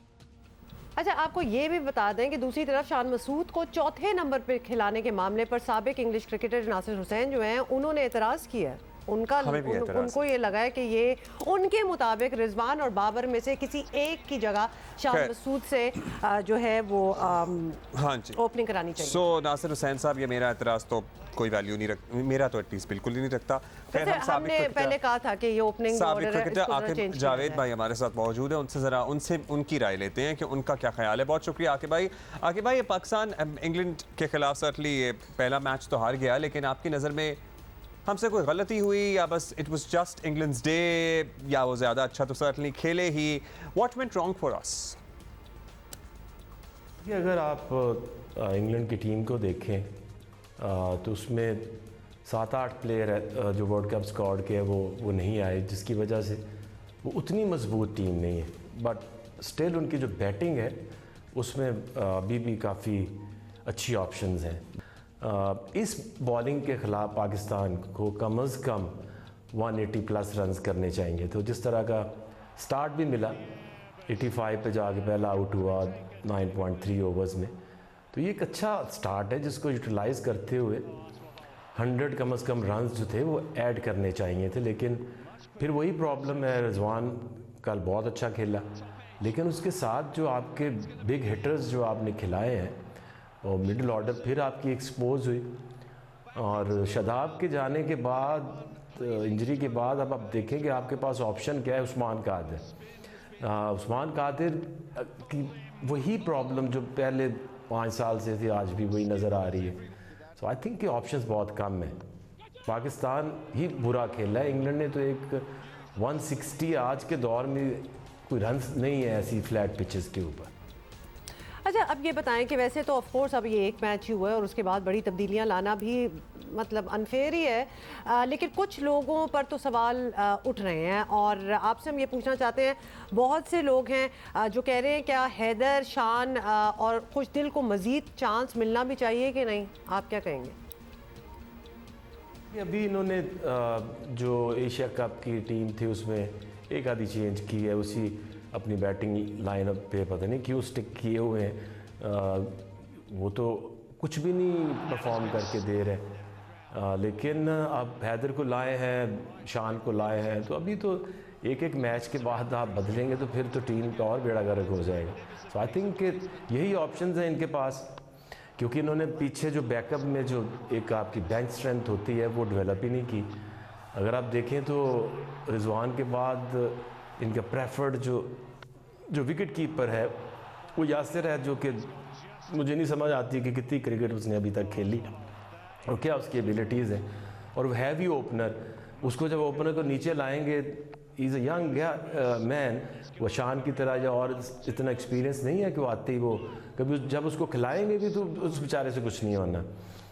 तो ये जो हम टीम देख रहे हैं एशिया कप से अब तक उसको देख रहे हैं, इनकी प्रॉब्लम है इनकी बैटिंग।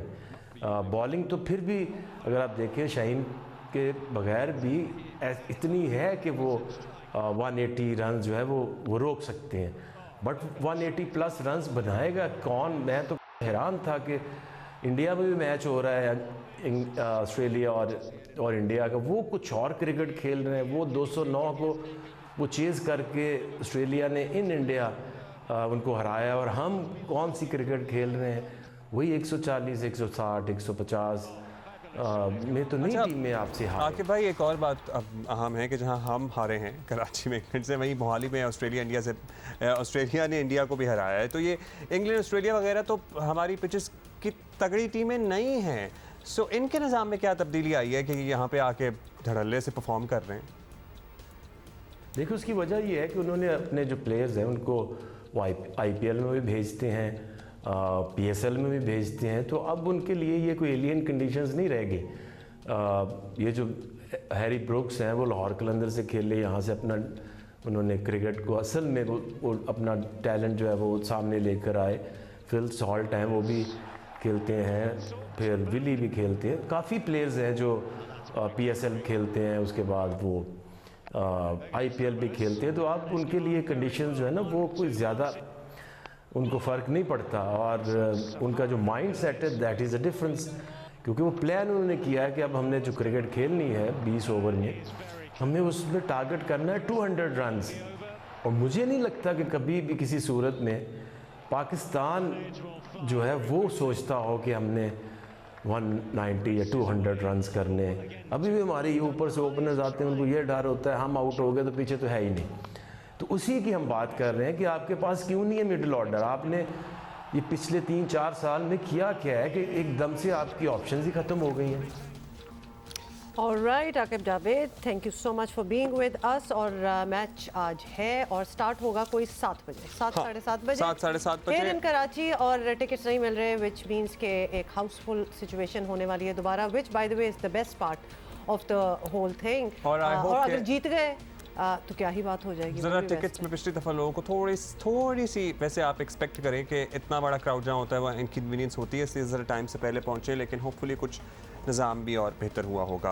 अच्छा जी, सीनियर तज्ज़ियाकार और प्रोग्राम आपस की बात के मेज़बान मुनीफ फ़ारूक हमारे साथ हैं, और उनसे हमने किस बारे में बात करनी है, क्योंकि आज इमरान खान के लिए एक अहम सियासी दिन है और तौहीन अदालत केस में आज इन पर फर्द जुर्म आयद की जा सकती है, लेकिन ऑब्वियसली अगर माफ़ी मांग ली तो फिर क्या होगा। बल्कि let's start with that. Munif, thank you so much for joining us. पहले तो हम इसी पे बात कर लेते हैं। आज ऑब्वियसली हाई कोर्ट की कार्रवाई से मुतालिक एक टेक्निकल नुक्ता समझा दे पहले हमें कि आज अगर फर्द जुर्म आयद होना है तो अगर इससे पहले गैर मशरूत माफ़ी मांग ली जाती है खान साहब की तरफ से, तो क्या फिर भी फर्द जुर्म आयद होगी, या अदालत का इख्तियार है कि केस किसी भी वक्त वो ख़त्म कर सकते हैं? कुछ बातें उनकी वजाहत ज़रूरी है। ऑनरेबल इस्लामाबाद हाई कोर्ट के पास इख्तियार मौजूद और लामहदूद इख्तियार है इवन अगर फ़र्द जुर्म आयद हो भी जाती है, उसके बाद भी अगर इमरान खान साहब गैर मशरूत माफ़ी मांगते हैं, उस वक्त भी ये मामला ख़त्म किया जा सकता है। उससे पहले अगर इमरान खान साहब अदालत के सामने रूबरू खड़े होकर गैर मशरूत माफ़ी मांगते हैं तो अदालत के पास इस्तेहक़ाक़ है और मुकम्मल इख्तियार है कि वो उनके मामले को यहीं पर ख़त्म कर दे। और ये भी मुमकिन है कि क्योंकि अदालत ने मुतअद्दिद जगह पर एक इमरान खान साहब का ही फैसला था 2013 में, जो कि उस वक्त के चीफ जस्टिस इफ्तिखार चौधरी साहब ने ऑथर किया था, उसमें भी सुप्रीम कोर्ट ने लिखा था कि ज़रूरी नहीं है कि जो गैर मशरूत माफ़ी है वो क्वालिफाई करेगी हर वक्त। और इवन यहाँ पर भी लिखा गया, गालिबन 2018 की जजमेंट से एक चीज़ इसमें अदालत ने लिखा कि जो एक्सेप्टेंस है अनकंडीशनल अपॉलॉजी की, उसके भी स्टैंडर्ड्स हैं। ये नहीं कि बिल्कुल फैग एंड के ऊपर आए, जब सारे ऑप्शन ख़त्म हो जाए तो फिर आप गैर मशरूत माफ़ी रखें, अदालत के सामने रखें और अदालत फिर उसको मानने के लिए कभी भी पाबंद नहीं होगी। लिहाजा अ लॉट कैन हैपन और ये इख्तियार कोर्ट के पास है कि वो इमरान खान साहब की गैर मशरूत माफ़ी को एक्सेप्ट भी कर सकती है, उसे डिसरिगार्ड भी कर सकती है और ये मामला आगे भी चला सकती है। लेकिन मुझे समहाउ ये लगता है कि अगर इमरान खान साहब मुतात रवैया इख्तियार करें और फ़र्द जुर्म आयद होने के बाद भी अगर वो गैर मशरूत माफ़ी मांग लेते हैं या उससे पहले कुछ खड़े होकर ऐसा कह देते हैं, तो मुझे उम्मीद है कि यहाँ पर अदालत उन्हें गुंजाइश दे देगी। अच्छा, आपको लगता है कि अदालत उन्हें गुंजाइश देगी अगर गैर मशरूत माफ़ी हो जाए? लेट्स सी क्या होता है। चले, वो तो अदालत की कार्रवाई है, पता लग ही जाएगा। ज़रा सियासी बातों पे बात कर लेते हैं। मुनीब, बताइएगा, इमरान खान साहब ने हफ्ते से तहरीक चलाने का ऐलान कर दिया, उधर राना साहब अभी तैयार बैठे हैं और वो कह रहे हैं जनाब कि हम देख लेंगे और धुनी देंगे, पता नहीं धुनी से क्या, आंसू गैस शायद। हाँ, खैर, उन्होंने डी चौक वगैरह भी सील कर दिया, उधर से उनकी भी तैयारी है और वफाक और सूबों के दरमियान भी एक महाजराई की सी कैफियत नज़र आ रही है। मतलब CCP और लाहौर का ही मामला देखते हैं, उस पर भी महाजराई है। सो ये सारा कुछ किस तरफ जाएगा अल्टीमेटली? सैलाब है, मईशत हमारी जिस नहज पे है, डॉलर तारीख की बुलंद तरीन सतह पे है और इसके अलावा भी मसाइल के अंबार हैं। सो इमरान खान साहब, आपको लगता है इन हालात में एक मौसर तहरीक चलाने में कामयाब हो सकते हैं? अगर देखा जाए तो कम से कम सिंध या बलूचिस्तान या इवन जो साउथ पंजाब है, वहाँ की जो सूरत हाल है, वहाँ तो मुझे कुछ ऐसा नज़र नहीं आता कि वहाँ से कोई इस वक्त, वहाँ तो लोग इस वक्त सियासी तौर पर उनमें कुछ है ही नहीं, बचा ही नहीं है। लोगों की जो लाइवलीहुड है वही ख़त्म हो गई है। लिहाजा वहाँ पर किसी ने क्या किसी सियासी तहरीक को सपोर्ट करना है। हाँ, अगर आप सेंट्रल पंजाब, नॉर्थ पंजाब और खैबर पख्तूनख्वा के कुछ इलाकों से ये सपोर्ट अपनी इकट्ठी कर सकते हैं तो ठीक है। अगर इमरान खान साहब करना चाहते हैं ज़रूर कर लें, लेकिन ऑप्टिक्स वो अच्छे नहीं होंगे कि मुल्क आपका आधा मुल्क डूबा हुआ है सैलाब में और आप महज एक इलेक्शन डेट लेने के लिए, जिसका आपको भी पता है कि वो अगले साल हो ही जाने हैं क्योंकि जब टर्म इस असेंबली की मुकम्मल होगी, लेकिन फिर भी आप ये कर रहे हैं। आर्मी चीफ़ की अपॉइंटमेंट हो जाना एक रूटीन का मैटर है, एक इंस्टीट्यूशनल मामला है, हो जानी चाहिए, लेकिन इमरान खान साहब ने उसको भी तनकीद के दायरे के अंदर वो ले आए हैं। लिहाजा जब आप ये कर रहे हैं, इससे सिर्फ एक चीज़ ज़ाहिर होती है और वो ये कि आप पर्सनली कितने इन्वेस्टेड हैं इस मामले के अंदर और आपको लगता है कि पाकिस्तान के आर्मी चीफ़ अगर कोई बहुत ही उनमें वो कोई ऐसी शख्सियत अपॉइंट हो जाती है जो कि इमरान खान साहब को पसंद नहीं है ज़ाती तौर पर, तो इमरान खान साहब की सियासत मुश्किल में आ जाएगी। वो ख़ुद खामखा इस सारे मामले को कंट्रोवर्शियल बना रहे हैं, अपनी सियासत को भी नुकसान पहुँचा रहे हैं। इस हद तक कि लोग इस बात को, इस सारे फेज़ को याद ज़रूर रखेंगे। लेकिन क्या ये मैस मूवमेंट पूरे पाकिस्तान से चल सकती है? मुझे नहीं नज़र आता कि वो इस वक्त ऐसा हो सकता है। ऑल्दो तमाम जो सूबाई हुकूमतें हैं उनसे भी लोग नाराज़ हैं, नाला हैं, लेकिन इस वक्त लोगों के अंदर ये इतना हौसला और इतनी सख्त है ही नहीं कि वो उन इलाकों के अंदर जहाँ सैलाब आया हुआ है वहाँ इमरान खान साहब की किसी तहरीक का हिस्सा बन सके। कम से कम मुझे वहाँ से, उन इलाकों से ये होता हुआ नज़र नहीं आता। Thank you so much Muneeb. सबसे बड़ी बात तो ये है कि ये सजेशन भी कैसे हो सकती है किसी की तरफ से कि आओ चलो जी अभी हम ज़रा अपने पॉलिटिकल गेन्स के लिए एक मुहिम चलाएं। मतलब ये कभी कभार हम ये सोचते हैं कि कोई ये सोच भी कैसे सकता है। That's what we are questioning right now कि जहां आपके मुल्क में एक सैलाब, उसके बाद बीमारियां, लोगों को खाने पीने का नहीं पता, आगे कितने हफ्ते सर्वाइवल चलेगा उसका नहीं पता, सर्दियां आ रही हैं, उसमें आप अपनी तहरीक चला। अच्छा, बाय द वे ये बात हकीकत है, कोई बात में समझे या देर से समझे, सिंध में जो हाल है, सिंध में तो इलेक्शन नहीं हो सकते। मतलब साउथ पंजाब में जो हाल है, बलूचिस्तान में भी इलेक्शन की कोई सूरत हाल नहीं है। फिर आगे सर्दी आ रही है, सर्दी में हमारे बहुत सारे इलाके बर्फ में ढक जाते हैं, वहाँ भी इलेक्शन उस वक्त भी नहीं हो सकते। So I guess somebody would have to wait. No, somebody has to think. ये क्या हो रहा है? डॉक्टर जफर मिर्जा हमारे साथ है। ये अपहिल टास्क है। ये मुश्किल है। This is a very tall order. Doctor Zafar Mirza ने हमें ज्वाइन किया है, जो कि former special assistant to prime minister on health है। हम सैलाब मुतासर इलाकों की बात करेंगे, उनकी सूरत हाल, उनकी प्लाइट की बात करेंगे। बहुत बुरा हाल है, पर्टिकुलरली बीमारियाँ, जो कि सीएम सिंध भी हमारे शो पे कह रहे थे कि सैलाब तो जो है वो है, लेकिन अब असल बड़ा चैलेंज बीमारियां हैं। डॉक्टर साहब बिल्कुल सवाल भी यही है कि मुल्क का 1/3 हिस्सा जो है वो सैलाब से बराह रास्त मुतासर हुआ है। बड़े इलाके से पानी निकल भी गया है, लेकिन उतने ही बड़े इलाके में अभी पानी है। तो आपसे ये हम पूछना चाहते हैं कि सारी वजूहात की वजह से बीमारियां, तरह तरह की बीमारियां जो हैं वो भी पैदा हो रही हैं। मुतासरीन को ज़्यादा ख़तरा किन बीमारियों से? जी, जब फ्लड आता है तो उसकी वजह से पानी के गंदगी की वजह से जो बीमारियां फैलती हैं वो सबसे अहम हो जाती हैं। मुतद्दी अमराज जिन्हें हम कहते हैं, जिसमें डायरिया सबसे इम्पोर्टेंट है। अच्छा, फिर पीने के लिए पानी भी साफ़ चूँकि फिर नहीं मिलता, तो उस वजह से बहुत ज़्यादा पेट की जो बीमारियां हैं वो भी शुरू हो जाती हैं। स्किन की बीमारियां बहुत ज़्यादा हो जाती हैं। फिर मच्छर जो है वो पानी में चूँकि उसकी अफजाइश होती है तो मलेरिया और डेंगू जो है वो बहुत ज़्यादा हो जाता है। टाइफॉइड और हेपेटाइटिस सी, इनको हम कहते हैं वाटर बॉर्न डिजीज़, यानी कि पानी की गंदगी की वजह से जो बीमारियां फैलती हैं।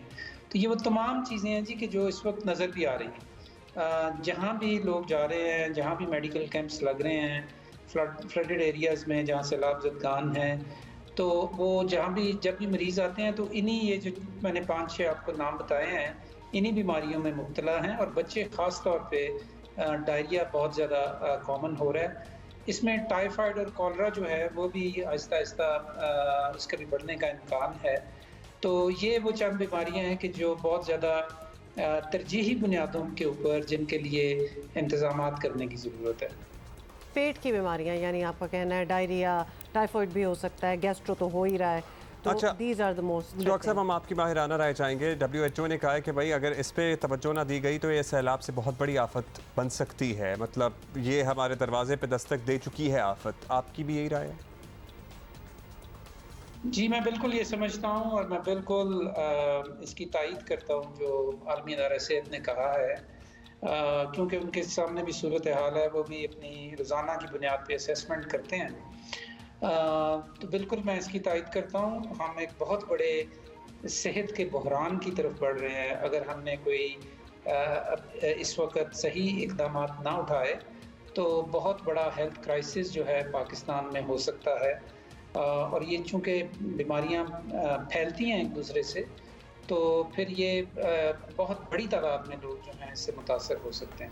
अच्छा डॉक्टर साहब, ये भी बताएं कि हुकूमत तो कोशिश ऑब्वियसली कर रही है कि हर जगह तिब्बी सहूलियात और दवाएं, ख़ासतौर पे मेडिसिन हैं, डॉक्टर्स हैं, वो वगैरह मुहैया की जाए। क्या हुकूमत के पास इतने वसाइल होंगे कि सब कुछ खुद कर सके, या आलमी इदारों और निजी शोबे जो हैं उनको भी आगे आना चाहिए? सबसे पहले तो जी इसमें हुकूमत को जो करना चाहिए वो ये, अपार्ट फ्राम इसके अलावा कि वो ये सहूलियात फराहम करें जो भी कर सकती हैं, बहुत अहम है कि वो एक कोऑर्डिनेशन सिस्टम कायम करें जिसमें कि निजी शोबा जो है और उसमें जो चैरिटी ऑर्गेनाइजेशंस हैं या जो दूसरे इदारे हैं, हस्पताल है, वो भी बहुत कुछ कर रहे हैं, लेकिन इनके दरमियान में रब्त नहीं है, मरबूत नहीं है ये तमाम कोशिशें। और हुकूमत का ये काम होता है कि वो तमाम स्टेक होल्डर्स को कन्वीन करती है और उनको कोऑर्डिनेट करती है। तो एक तो ये है। दूसरा ये है जी कि जो हदायत हैं वो हुकूमत की तरफ से जानी चाहिए। कौन सी अद्वियात चाहिए, कौन सी बीमारियां ज़्यादा इम्पॉर्टेंट हैं, किस किस्म के इलाज मुआलजे की सहूलियात फराहम की जानी चाहिए, ये गाइडेंस जो है ये हुकूमत की तरफ से आनी चाहिए। तीसरी चीज़ ये है जी कि बल्कि चौथी चीज़ ये है कि यकीनन जो आलमी इदारे हैं उनको भी उनके साथ भी ताउन ज़रूरी है, और लेकिन उसके लिए भी बहुत ज़रूरी है कि हुकूमत कोऑर्डिनेशन मैकेनिज़्म कायम करे। So basically everybody needs to put in their bit. बहुत बहुत शुक्रिया डॉक्टर ज़फ़र मिर्ज़ा हमसे बात करने का और अपनी एक्सपर्ट ओपिनियन देने का। वही एक चीज़ आपको जानकर शायद हैरानी हो, शायद ना हो, वैसे नहीं होनी चाहिए क्योंकि लड़कियां अब सभी कुछ कर रही हैं, लेकिन मैंने इससे पहले मेरे पर्सनल ऑब्जर्वेशन में नहीं आया लड़कियों को मैंने नेज़ाबाजी या टेंट पैकिंग करते हुए नहीं देखा। रिवायती तौर पर मर्दों से मंसूब रहा ये खेल, लेकिन बड़ी अच्छी बात है कि लड़कियां हमारी रिवायतें तोड़ रही हैं। बड़ा पुरखतर खेल है, बड़ी महारत चाहिए होती है, घुड़सवारी की अलहदा महारत चाहिए होती है, नेज़ाबाजी के लिए अलहदा महारत चाहिए होती है, आपको पता है ना इसमें फिर। बिल्कुल, और इसलिए ऑब्वियसली इस खेल को अमूमन मर्दों से ही मंसूब किया जाता है, मगर अब वक्त बदल गया है और मुल्क की तारीख में पहली बार ख़वातीन नेज़ाबाजी की जो हैं वो 3 रुकनी टीम इंटरनेशनल चैम्पियनशिप में हिस्सा ले रही है और जॉर्डन रवाना हो गई है, पहुंच चुके हैं जी। और आलमी चैम्पियनशिप में पाकिस्तान के अलावा आपको बता दें इंडिया है, रशिया है, ब्रिटेन, साउथ अफ्रीका, ओमान, ये सारे मुल्क भी शामिल हैं। और पहला मैच है, ड्राफ्ट हो चुका है घोड़ों के लिए और इन्हीं टीम मेंबर्स में से एक ज़ोया मीर हमारे साथ मौजूद हैं। ज़ोया, सबसे पहले तो सॉरी अगर आपको ज़रा सरप्राइजिंग लगे, हमारे लिए ज़रा सरप्राइजिंग था। हमें नहीं आइडिया था कि लड़कियां और अच्छी बड़ी तादाद में टेंट पैकिंग कर दी हैं, क्योंकि ज़्यादातर हमने देखा ये फेमिलियल खेल होता है, बड़े बड़े ज़मींदारों से मंसूब है, ख़ानदान के ख़ानदान generation by generation tent packing में लिटरली जिनके अपने घोड़े होते हैं और वहीं से वो स्टार्ट करते हैं। तो आपका सफ़र ज़ोया कहाँ से शुरू हुआ? जी अस्सलाम वालेकुम। पहले तो मैं आपका बहुत शुक्रिया करना चाहती हूँ कि आप लोगों ने हम लोगों को इतनी सपोर्ट दी कि हम यहाँ पर आज। तो मैं गुजरात से ताल्लुक़ रखती हूँ, तो मैं यूनिवर्सिटी के लिए जब लाहौर आई थी, मुझे शुरू से हॉर्स राइडिंग का शौक़ था। जब यूनिवर्सिटी के लिए लाहौर आई तो मुझे यहाँ पर एक क्लब का पता चला वेलेंशिया में, वहाँ पे मैंने राइडिंग शुरू की 2 साल पहले। फिर वहाँ पर लड़कों को कर नेज़ाबाजी करते देख कर, तो फिर वहाँ पर मैंने खुद 1 साल पहले नेज़ाबाजी ही शुरू की थी।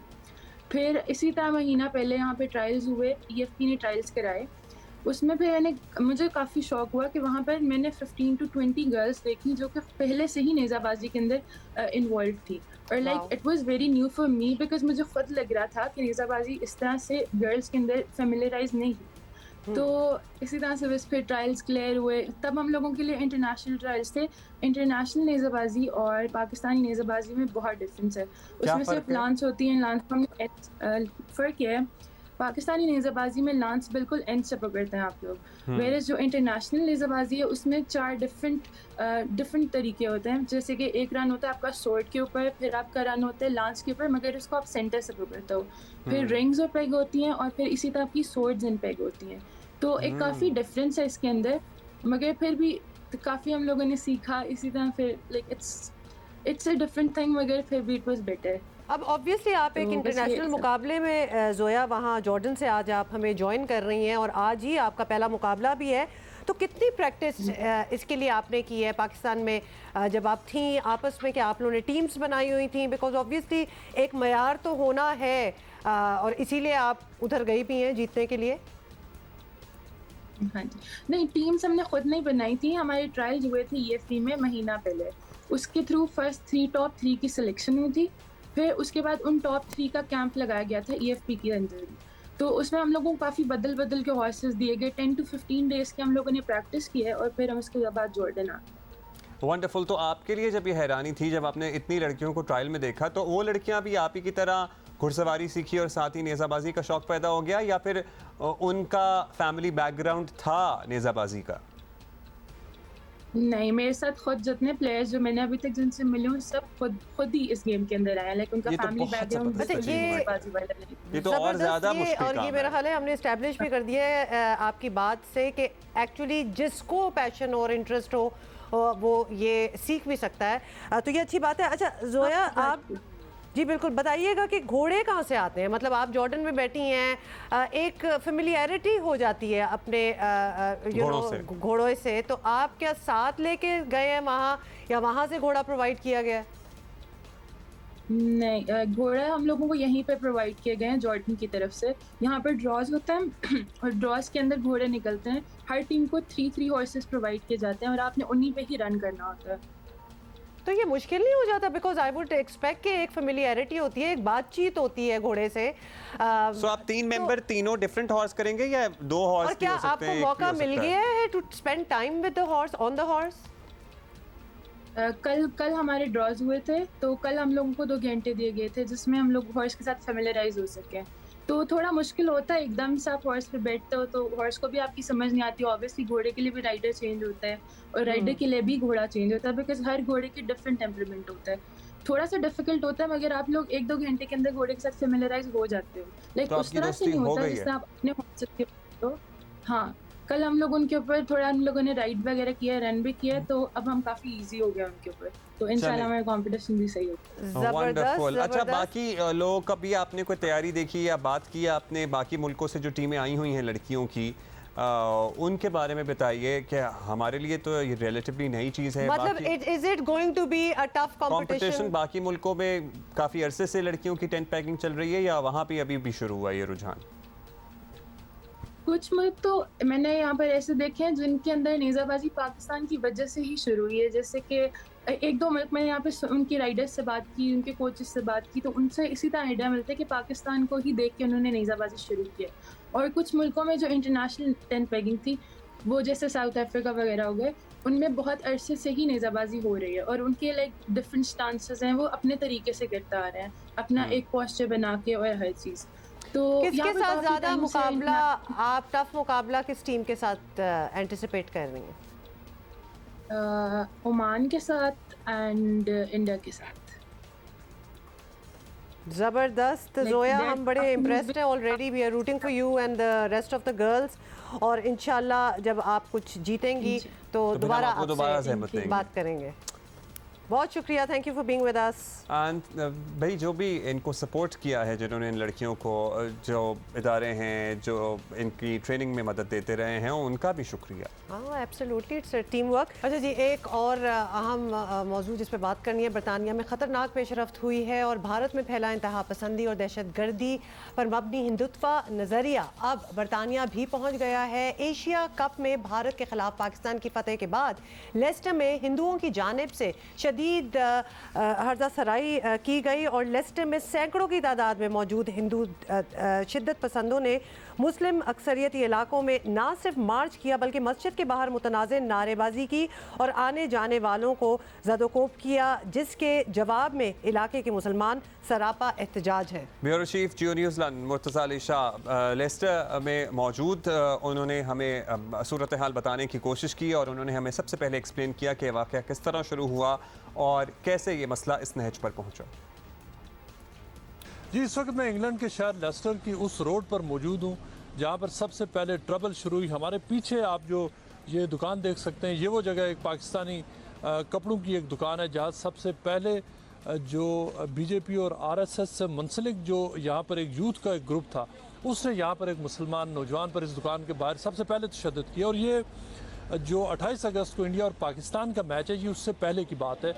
ये वाक़या तकरीबन 1 महीना उससे पहले पेश आया, लेकिन उस वक्त उसको ज़्यादा नोटिस नहीं किया गया। और फिर जब 28 अगस्त को एशिया कप में पाकिस्तान और इंडिया के दरमियान मैच हुआ जो कि पाकिस्तान ने हारा, उसके बाद यहाँ पर जो इस रोड पर जहाँ हम खड़े हैं, यहाँ पर तकरीबन 150 से 200 एक नौजवानों का एक ग्रुप था जो दूसरी तरफ यहाँ पर डिवीजन कुछ इस तरह से है कि जहाँ पर हम खड़े हैं इस साइड पर ज़्यादा मुसलमानों की आबादी है, जबकि दूसरी तरफ अगर जाएँ तो उस तरफ हिंदू कम्युनिटीज़ काफ़ी अरसे से वहाँ पर रह रही हैं। तो दूसरे इलाके से वो जो ग्रुप है वो इस एरिया में आया और यहाँ पर जो नारे लगे वो पाकिस्तान के ख़िलाफ़ थे। और उसके बाद सबसे पहले यहाँ पर जो टेंशन शुरू हुई, उसके चंद दिनों के बाद फिर जो एक और कॉल दी गई जिसमें बाकायदा तौर पर बाहर से लोगों से कहा गया कि वो आएँ और आकर यहाँ पर मुकाबला करें। और फिर उसके बाद यहाँ के जो लोकल मुस्लिम ग्रुप्स थे उन्होंने कॉल दी कि अब उनके ऊपर उन्होंने कहा कि ये कम्युनल वायलेंस का मुर्तज़ा से फिर हमने पूछा कि पुलिस का इस दौरान क्या किरदार था और उन्होंने कोई एक्शन लिया कि नहीं। लोग यहाँ पर फेयरफुल है और वो सबसे ज़्यादा यहाँ पर पुलिस को ब्लेम कर रहे हैं, जो मौजूदा टोरी हुकूमत है उसको ब्लेम कर रहे हैं कि ख़ास तौर पर जो पिछले कुछ अर्सा से वो कह रहे हैं कि जो बरतानिया की जो होम ऑफिस है उसने और जो बरतानवी हुकूमत ने बार बार मुख्तलिफ सिख ग्रुप्स और जो मुसलमान ग्रुप्स हैं उनकी तरफ से शिकायत मुख्तलिफ जो कंप्लेंट्स लगाई गई कि यहाँ पर एक्सट्रीमिज़म को फ़रोग़ दिया जा रहा है, लेकिन उनकी बातों को नहीं सुना गया। और इवन कि यहाँ पर जो मुख्तलिफ कम्युनिटी ग्रुप्स हैं वो ये कह रहे हैं कि जब पहली बार यहाँ पर मुसलमान लड़कों पर हमले हुए तो पुलिस को रिपोर्ट किया गया, पुलिस ने यहाँ पर कुछ नहीं किया और पुलिस को यहाँ तक कि CCTV फुटेज दिया गया और फिर पुलिस ने उस CCTV फुटेज को मानने से इनकार कर दिया। और यही वो वजह है कि यहाँ पर कम्युनिटी खौफ का शिकार है। बाकायदा तौर पर यहाँ पर डिवीजन्स हैं। हमारे पीछे जो आप वो रोड देख सकते हैं उसका जो एंड है उससे आगे यहाँ पर हमें भी यहाँ पे लोग कह रहे थे कि आप उस साइड पे ना जाएं, उसको नो गो एरिया उस कम्युनिटी के लिए माना जाता है। अगर आप उस कम्युनिटी की तरफ जाएं तो वो ये समझते हैं कि ये वाला एरिया उनके लिए नो गो एरिया बन चुका है, जो कि इंतहाई इस तरह के वाक़यात, इस तरह की चीज़ें होते हुए जहाँ पर हिंदूज़ और मुस्लिम्स ने इतना अरसा यहाँ पर इकट्ठे उन्होंने काम किया है, अब भी काम कर रहे हैं। ये सूरत हाल लोग कह रहे हैं कि ये पिछले चंद सालों में सामने आई है, इससे पहले उन्होंने यहाँ पर इस तरह होते हुए नहीं देखा। It's a new for them, बड़ी ख़तरनाक और शर्मनाक सूरत हाल है। We're going to see you tomorrow, इंशाल्लाह। इंशाल्लाह पाकिस्तान जीतेगा आज।